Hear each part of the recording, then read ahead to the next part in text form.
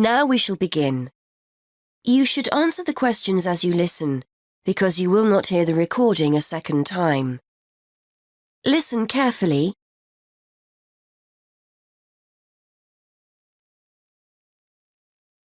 Good morning. I'd like to book a coach to London. I was hoping you had something available this Saturday afternoon. Good morning, sir. Take a seat and I'll just check for you. Yes, we still have several free seats for Saturday. Where will you be leaving from? There are 3 pickup points in town: Main Street, Centenary Square, or the Central Bus Station. From Centenary Square, please. That's easier for me to get to than the bus station. And what time would you like to leave? There are coaches on the hour every hour, from 12 through till 6 p.m.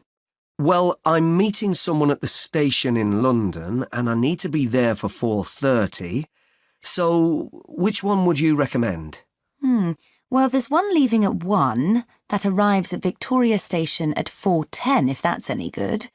Traffic is usually quite light at the weekend and the drivers tend to make good time, so I think you'd certainly be there for 4:30.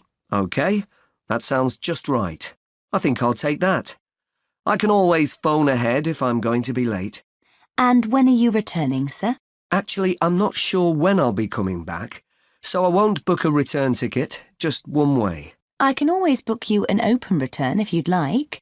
You can use this at any time within the next month, as long as you contact us first to reserve a seat. Well, there's a chance I might be getting a lift back, you see, so I'll just pay for one way. I don't want to buy a return if I don't need it. OK, no problem. Are you travelling alone? Just the one ticket, please. I'm going down to visit my daughter at university. My son's meeting me at the station, so it's a proper family reunion. Very nice. OK, well, I can book that for you if you like, sir. That'll be £23.50. Now, I just need to take down some details. Can I have your name, please? Yes, it's Matthew Upton. That's Upton. And your address? 34 Allesley Road. Allesley, that's Alllesley. And your telephone number? 01732 558 997. And your email address? We'll use this to send confirmation of your travel details. matt257@yahoo.co.uk. OK, thanks.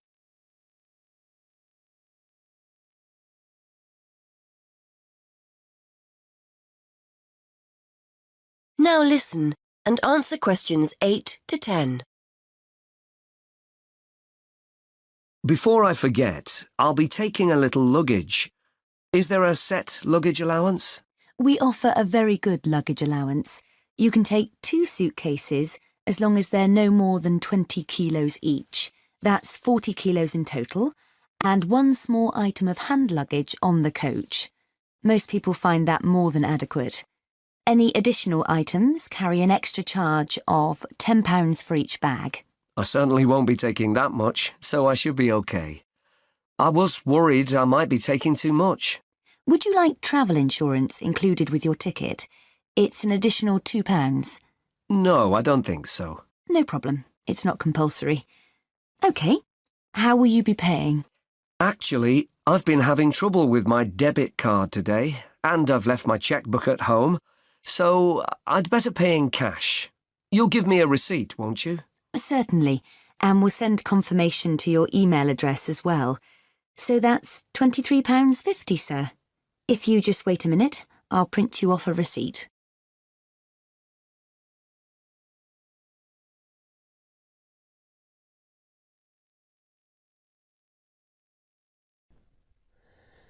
Now listen and answer questions 11 to 15. When thinking about beautiful countryside or stunning views, it has long been accepted that Australia and New Zealand have few equals. What is perhaps slightly less well known is what these countries can offer to the avid train enthusiast. Both countries have railways which pass through breathtaking scenery in the utmost of comfort. In New Zealand, you can travel from the country's biggest city, Auckland, to where a third of the population lives, its capital, Wellington, on the longest passenger rail service in the country, the Overlander.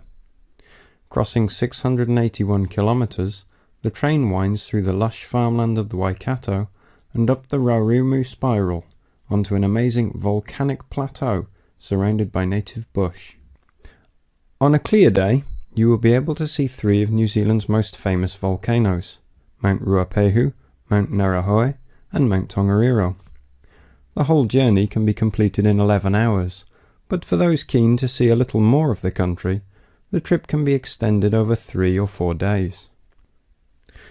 This gives travellers the opportunity of seeing the famous Waitomo caves, relaxing in the mud pools of Rotorua, or skydiving over Lake Taupo. Moving on to the South Island, you can take the Transalpine through the Southern Alps, travelling from the South Pacific Ocean to the Tasman Sea.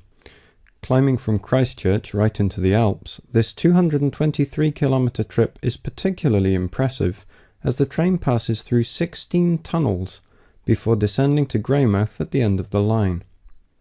Taking only 5 hours, this is a relatively short trip, but it is worth noting that this journey has been listed as the 6th most scenic rail route in the world. For those that are not so keen on mountains, the South Island has a second option, the Transcoastal. With the sea on one side and the mountains on the other, it again shows some of the best scenery New Zealand has to offer. Also taking 5 hours, one of the highlights of this journey is the opportunities for whale watching. The fortunate few that see whales are well rewarded, but there are more common sights which are just as enjoyable, such as penguins and seals.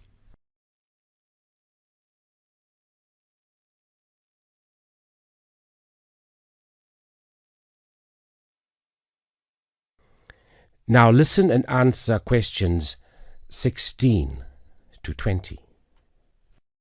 Although these 3 train journeys are undeniably breathtaking, some travellers prefer the longer journeys on offer in Australia.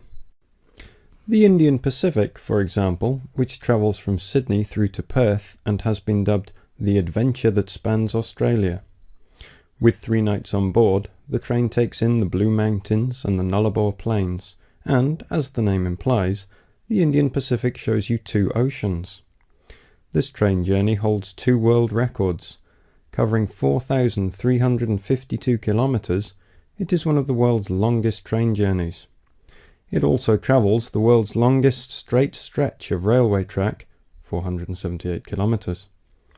For those who find these distances a little daunting, passengers can stretch their legs at a number of different stops, such as Kalgoorlie, famous for gold, and Broken Hill, first founded as a silver mine. If 3 days on board a train seems a little excessive, there are alternatives. The Garn, for example, which travels from Adelaide in the south to Alice Springs in the centre of the continent, taking 20 hours. Passing through Crystal Brook, Port Augusta and Woomera, this journey gives an indication of what life was like for the earlier settlers as they discovered the country. Along the way, you can also see the Iron Man sculpture, which was constructed by railway workers to commemorate the 1 millionth concrete sleeper laid during the construction of the line. Finally, just a quick word about the Overland, which runs between Melbourne and Adelaide. As the first train to travel between the capitals of 2 states, it is a historic as well as relaxing way to travel, and is famous for being the oldest long-distance train journey on the continent. With so many memorable journeys to choose from, the only problem you will have is knowing which one to do first.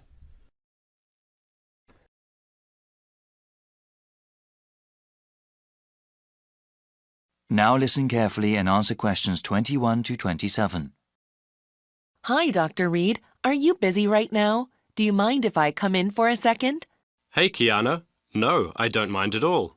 Thanks. I just wanted to say that I'm enjoying your urban studies course and that I'm having some trouble with the first assignment. Okay, no problem. What do you want to ask? This is my first time writing a paper of this length. All right. What sort of trouble are you running into? Well, writing more than 10 pages is actually turning out to be quite a task.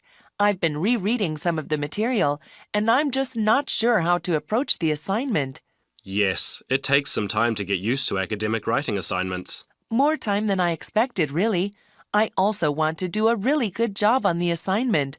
I don't want to put a half-hearted effort into it. I'm glad to hear that. I'll say that these assignments get easier to manage as time goes on. That's a small relief. I mean, it gets easier to plan the assignment and to organize one's time, but it still takes hard work and a sincere effort to produce a good piece of academic writing. My role is to guide you to the readings I think are the most relevant and to give you tips on managing your time. Okay, could we talk about the readings then? Sure, we can go over them. I guess I want to ask about the Coal House text first. It seems like a pretty interesting book. But sometimes a bit over the top, no? I would recommend reading just the first part of the book. It's the most relevant to the assignment that I gave you. The rest of the text goes on about a topic we will cover later in the semester. All right, I'll just read the intro then. As for the Peely article, oh, did you read that one? Yes, I accessed it online and then printed it out. Okay. I would recommend you review that again. Also, remember what I said about the Liebskid article?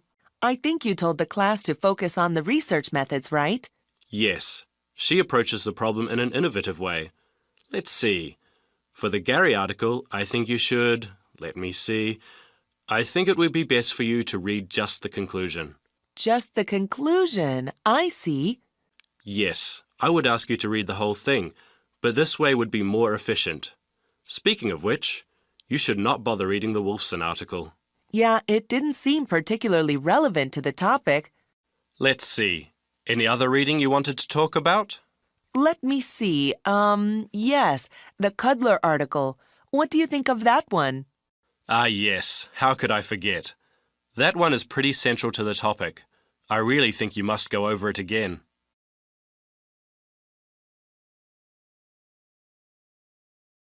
Now listen and answer questions 28 to 30. All right. Is there anything else you wanted to ask about? Yes, I wanted to ask about the line graph that you provided. It seems that the legend identifying the different parts is not there. Ah, it must not have been photocopied correctly. Here, let me explain them. They all represent percentages of the population in Manassas, okay? Line 1 here at the top is the percentage of people who were born in a foreign country. Born outside the country. Okay, and this one? The next line down, line 2 refers to the percentage of people with citizenship. All right, got it. Those making a middle-class wage are represented by the fifth line down. Okay, middle-class wage earners. And the line number 4? That is the percentage of people with a college education or higher. All right, and the one in the middle? That one is the percentage of population who are married and have children. Got it. Thank you so much, Dr. Reed. I really appreciate your help.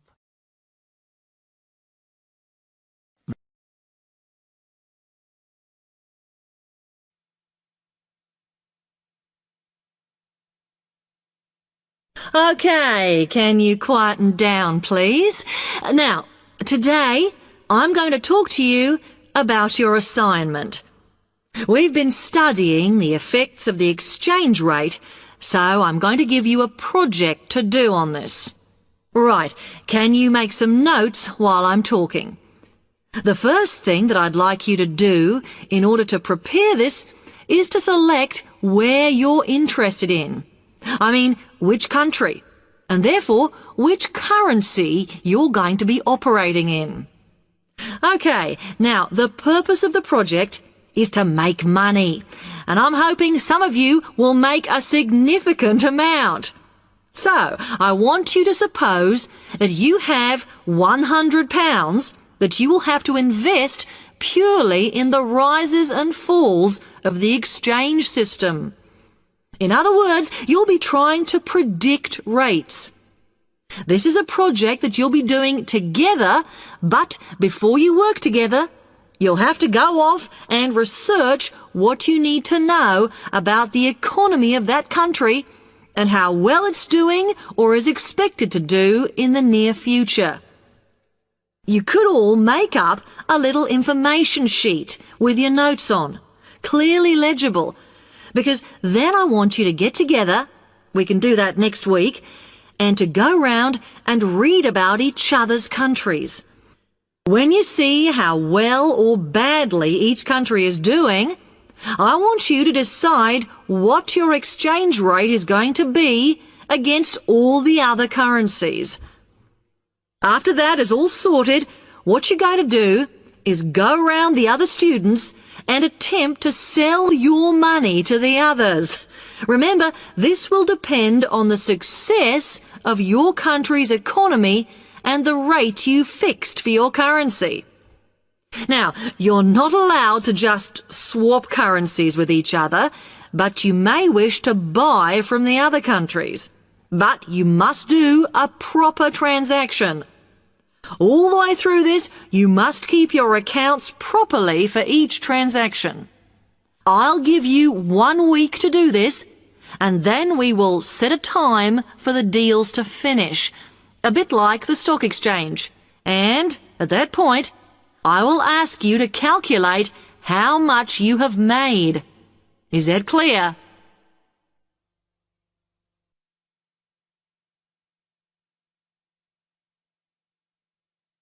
Okay, now before you begin that, there are a few things I want you to read up on to prepare.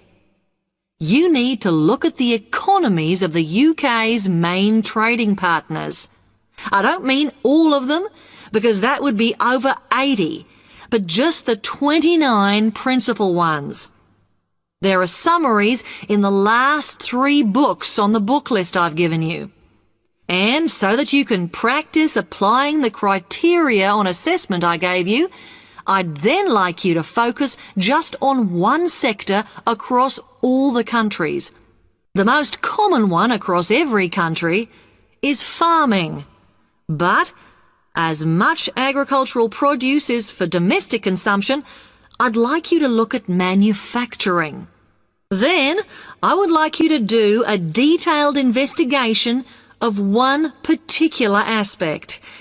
I was going to give you a choice, but I think as we've just started the course, it's better if we all look at the same thing, and then we can discuss it in the seminars. So the thing I'd like you all to look at is fluctuations in import prices. Now, you need to do all that before you start the project, as it will help you assess the economies of the countries you'll be representing in the project. Don't worry, you've got plenty of time. Exam week is December the 8th. Then it's the holidays until January the 6th. So I don't need the project in till February the 5th. Is that okay? Now, any questions on this? Because it